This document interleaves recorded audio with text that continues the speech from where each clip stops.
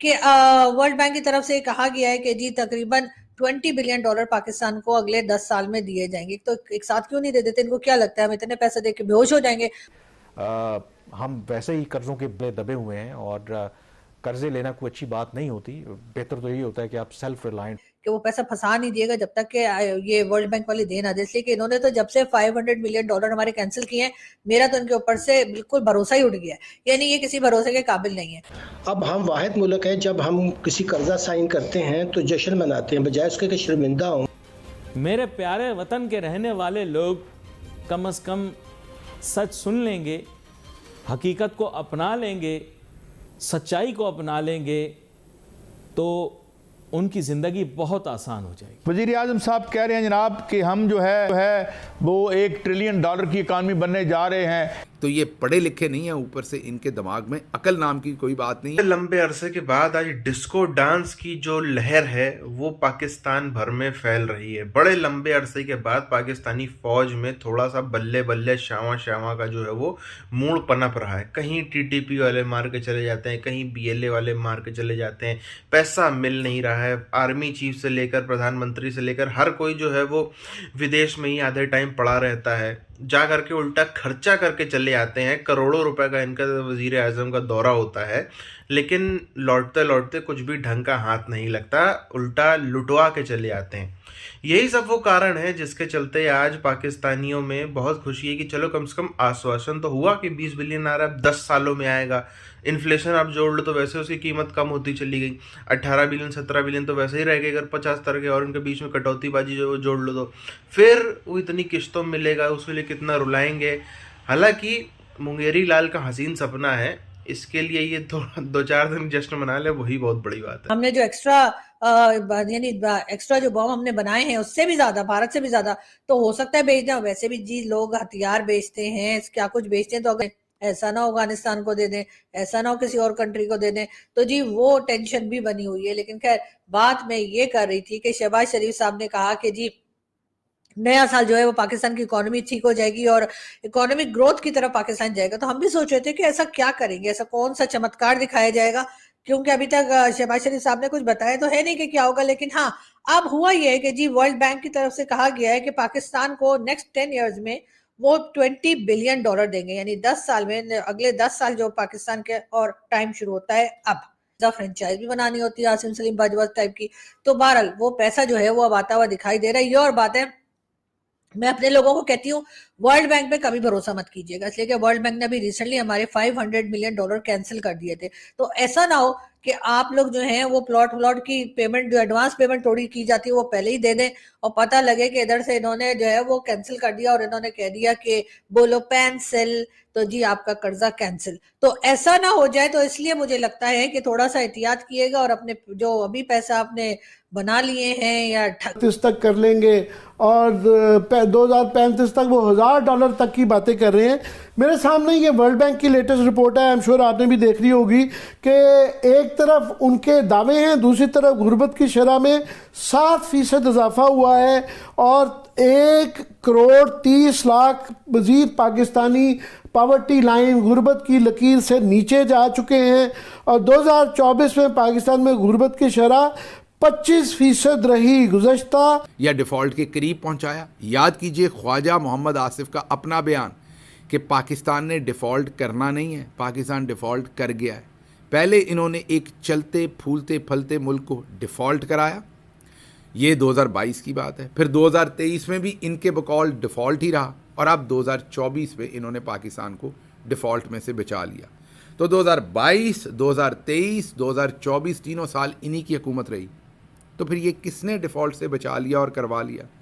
2025 है और 2025 की अगर आप बात करें तो जो आलमी बैंक है उसने अगले चंद रोज़ में फैसला किया है कि पाकिस्तान के लिए एक नई पॉलिसी का ऐलान करेंगे कि अगले 10 साल में पाकिस्तान को कितने कर्जे देने हैं। लेकिन उसमें माजी के मुकाबले में कुछ तब्दीलियाँ भी की गई हैं, क्योंकि पाकिस्तान में आपको पता है कि हर कुछ अरसे के बाद जो सियासी तब्दीलियाँ आती हैं और उसकी वजह से फिर जो पॉलिसीज़ का तसलसल है वो नहीं रह पाता।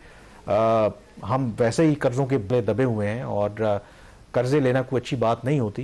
बेहतर तो यही होता है कि आप सेल्फ रिलायंट। पहले ये बताएं कि वाई हमें इस तरह के कर्जों की क्यों जरूरत है, ये पहले सबसे सवाल इम्पोर्टेंट है। कामरान, पाकिस्तान जो है वो आपको पता है कि हमारे जो पास वसाइल उस तरीके से नहीं है, और जितनी पाकिस्तान में इन्वेस्टमेंट की रिक्वायरमेंट्स हैं, चाहे वो सोशल सेक्टर है, इंफ्रास्ट्रक्चर सेक्टर है, वो पाकिस्तान अपने जो वसाइल उनसे पूरा नहीं कर पाता, और इसलिए ज़्यादातर कर्ज़ों के ये लेने की कोशिश करते हैं। फिर ये पॉलिसी एडवाइस भी लेते हैं, उसमें भी ये कर्जे इनको लेने की ज़रूरत पड़ती है। लिए है या करप्शन से या जैसे भी, या मेहनत से भी हो सकता है। भाई करप्शन में भी बड़ी मेहनत लगती है, किससे कह रही है कि करप्शन का पैसा ऐसे ही आ जाता है।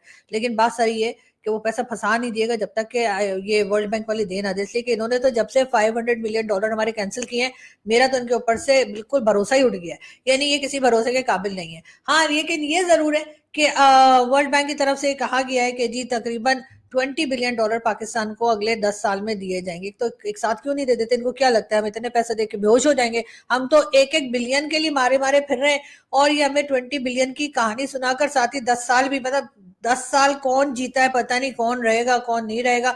तो इस चक्कर में जो है हमारे लोग बहुत परेशान है। पहले हम ये तस्लीम कर लें कि अगर वो कुछ बड़े बड़े क्लेम्स कर रहे हैं फ्यूचर के लिए, तो ये बात इस हद तक यकीनन सही है कि अल्लाह ताला ने हमारे मुल्क को जो वसाइल दिए हैं, मादी वसाइल देख लें, इंसानी वसाइल देख लीजिए, और इंतहाई शानदार महल वकू देख लें जो है हमारे पास। अगर इस वक्त दानिशमंदाना पॉलिसियां बनाई जाएं, नंबर 1।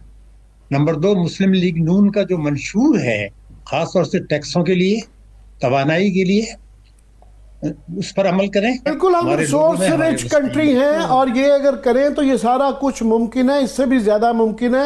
आप हमेशा ये कहते रहते हैं और हम भी बिल्कुल आपसे एग्री करते हैं, मगर क्या है सूरत हाल है क्या कि ये एक दफ़ा होता है ना, ये ट्रक की बत्ती के दावे लगा दिए जाते हैं, मगर सिचुएशन ये है कि आपकी एक्सटर्नल फाइनेंसिंग भी पूरी नहीं हो रही और इंटरनली भी 386 अरब रुपए बताए जा रहे हैं कि टैक्सेस की उसमें शॉर्टफॉल आ गई है।